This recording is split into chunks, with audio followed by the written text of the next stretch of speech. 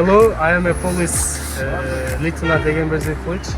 What happened? And how can I help you?